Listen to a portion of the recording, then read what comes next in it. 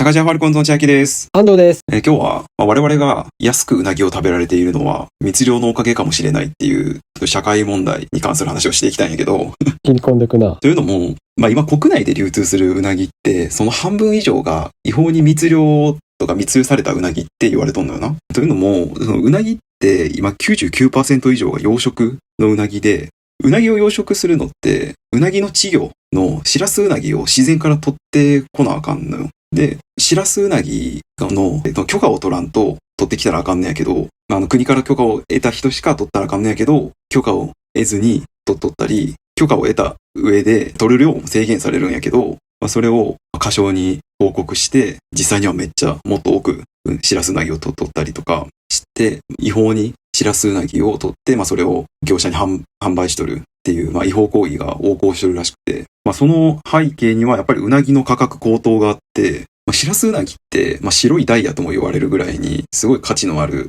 食べ物というか、生態なんやけど、2024年の7月時点でシラスウナギ1キロあたり250万円前後になっとって、高っ。これが20年前と比べて約10倍に高騰しとると、1匹あたりにすると約500円ぐらいになるんやけど、はいはい。1匹500円で買ったシラスウナギも育てるのにそれなりのコストかかって、で、調理したり、おろしたりするっていうことを考えると、うなぎの原価ってやっぱ高いよなとは思うんやけど、やな。こんだけ価値のあるシラスウナギやからこういう違法行為が後を絶たんっていうのと、取っていい量に対して需要がやっぱり大きすぎるから、取ったら取っただけやっぱお金になるから、違法行為が後を絶たんと。一応もちろん罰則があって、シラスウナギを勝手に取ったり、違法に取ったりすると罰せられるんやけど、2年前までは刑罰が懲役6ヶ月または罰金10万円っていうすごい軽い罰則しかなくって、リターンに比べたらリスクが小さすぎるから、こんだけ違法なことがね。ダメージ少ないわな。で、2年前に、それがもうちょっと強化されて、懲役3年または罰金3000万円と変わったんやけど。一気に厳しくなったんやな。極端すぎる気はするけど。だから本当に多すぎるんやろうな。てか、うなぎが夜行性やから、基本的に夜に漁をするうなぎって、密漁業者からすると、それも都合良くて、夜中にこっそりその川とかでうなぎ取って、違法に転売するっていう、転売というか違法に販売するっていうことになっとると。で、うなぎって結構輸入も多くて、国内で流通しとるうちの養殖場に入ったシラスウナギ 18.3 トンのうちの輸入された量が3トン、20% ぐらいなのかな、輸入されたうなぎなんやけど、輸入も密輸がすごく多くて、主に中国なんやけど、中国の反社から違法に安い価格でシラスウナギが出回っとるとか、あと、うなぎロンダリングっていうのがあるんだけど、うなぎの世界にも。マネーロンダリングってマネー洗浄、違法に手にしたお金を世の中で使えるように、一回資金を海外の銀行とかに移して、で、もう一回日本に戻して資金をね、洗浄することをマネーロンダリングって言うんやけど、それと同じような感じで、うなぎもやられとって、もともと日本からの輸入量って台湾が一番多かったんやけど、あんまり乱獲しすぎるとうなぎが少なくなってしまうからっつって、日本も台湾もお互いに輸出規制をしたんやな。はいはい。輸出こんだけこれ以上はせんようにしようっていうのをしたんやけど、そうすると輸入したい日本人もいっぱいおって、で、輸出したい台湾人もいっぱいおんだけど、それができなくなるわけやん。でも、需要と供給は変わってないから、今度は台湾のシラスウナギの販売業者が一回香港にシラスウナギを密輸出して、で、日本の買い取る業者が香港から密輸入してくるっていうロンダリングが行われとる。なるほどね。っていう感じで、日本でその違法じゃないうなぎを食べやんようにするんやったら、もううなぎ自体を食べるのをやめるしかないっていう言われとるぐらい、もうそんなレベルなんや。うなぎっていうのはもう本当に違法なうなぎが横行しとるの。横行しとるんや。シラスウナギじゃなくて卵から孵化させればいいやんって思うかもしれないけど、うなぎって実はすごい謎が多い生態しとって、成魚から卵を孵化させるっていう技術がまだ確立してないんやな。だからどうしてもやっぱ自然から稚魚を取ってくるしか手がなくて、はいはい。おかげでこんだけ密漁がな。まかり通っとる。業界的にももうそれがさ、ほぼほぼ当たり前やと思って歩きなくやっとる人も多そうやけどな。こんだけ多いとな、もう慣習化してるかもしれないわな。そう。で、これは賛否あると思うんやけど、三重県、俺らの地元とかやったらうなぎ安い値段で食えるやん。食える。東京の多分半分ぐらいの値段で食えるんやけど、あんだけ、うなぎ普通に美味しいし、その美味しいうなぎを値段で食べれとるっていうのは、こういう密漁しとる人たちのおかげっていうことはあるかもしれんな。まあ確かにな。だから、まあ、いわゆる必要悪みたいな存在になっとる、まあ、側面はあると思う。まあそれがなかったら、俺らもあんな安くてうなぎ食えんからな、三重で。うん、そうやな。悪気なく食っとった。俺これ知らんかったから、もともとな、昔は。これがもし、今の倍とか3倍ぐらいの値段で売っとったら、うなぎなんて食べれてないから、確かにな。俺たちがそのうなぎをな、にありつけるっていうのは、こういう人たちがおるからなっていうのを知っといた方がいいかもしれない。なくてはならん存在かもしれない。養殖に関しては、まあこういう闇の深い部分もあるけど、でも、まあ大人に限らずやけど、うなぎ嫌いっていう人が見たことないからさ、中にはちょっと脂っこい、重いなっていう人もおるかもしれんけど、でもうなぎはその年代の人でもさ、美味しいって言って食べるしさ、まあ牛の日ってあるぐらい国民的に支持された食べ物やからな。そうやな。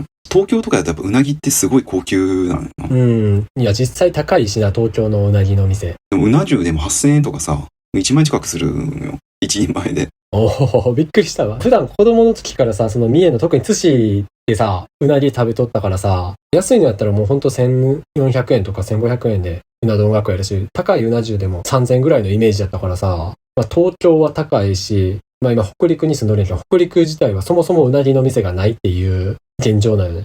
で、あってもやっぱり三重に比べたら高い。うん。うなぎ屋ってさ、全然ないよな、日本海側やっぱ。いやトレアンっていうのはもちろんあると思うけどさ。うん、トレンからやと思う。しかもその中でもやっぱ美味しいうなぎっていうのが限られてくるから、全然こっちでうなぎは食わんな。なんでうなぎそんな出回らんのかわからんけどな。やっぱ県によってはそのうなぎをどこの県からしか買えんとかもあるみたい。うなぎ規制しとる県もあるみたい。だから流通がうまくいってないんじゃない？一番はやっぱこっちで取れんってのがでかいと思うけど。他の魚とかやったらさ、マグロとかも別に太平洋側で取ったやつがさ、全国に回っとるわけよ。うん、確かに。なんでうなぎはこんなに流通してないのかわからんけど。やっぱ希少やからじゃない。もう絶滅危惧種って言われてるくらい。あれか、取れたところでも消費されてしまうんかもしれない。そう。人気やから。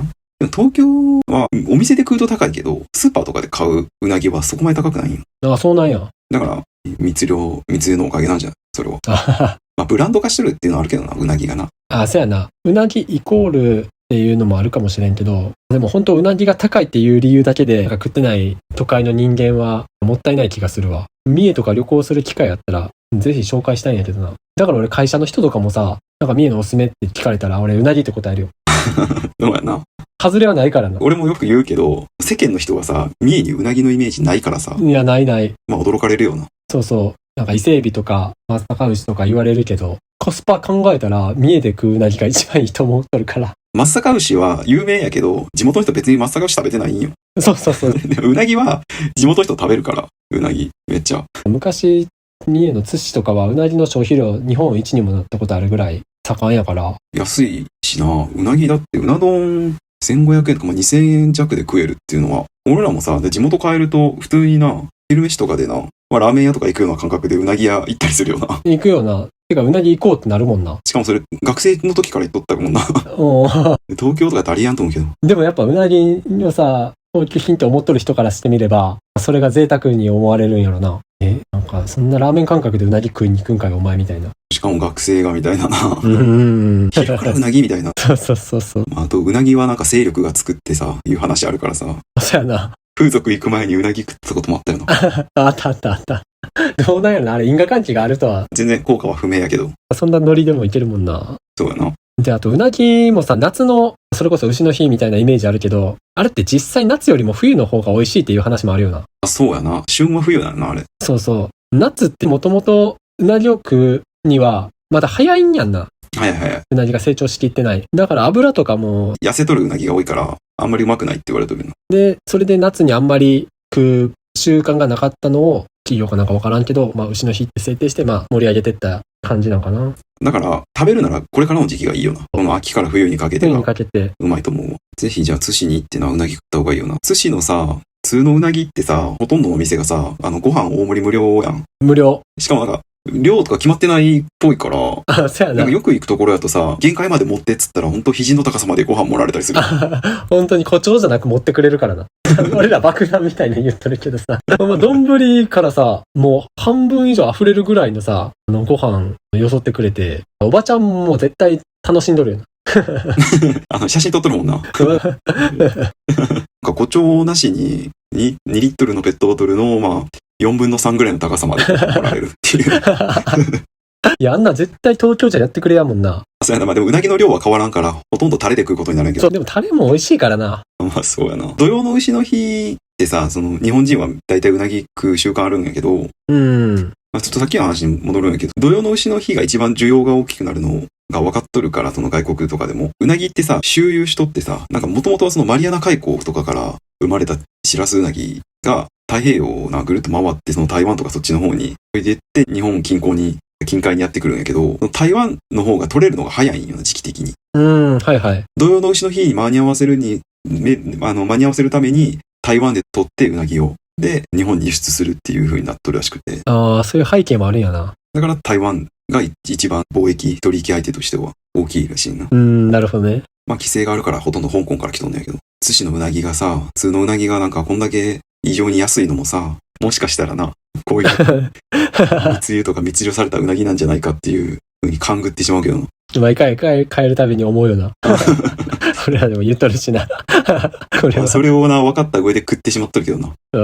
でも、美味しいからしょうがない、それは。このうなぎの反射とか、違法なうなぎのことをな、取り上げとる本があって、まあ、魚とヤクザっていう本なんやけど、結構その本をベースに今回話したから、気になる人、ぜひ読んでほしい。ぜひ。そんな感じで今日は我々が安くうなぎを食べれてるのは、密輸とか密漁のおかげかもしれないという話をしていました。ありがとうございます。はい。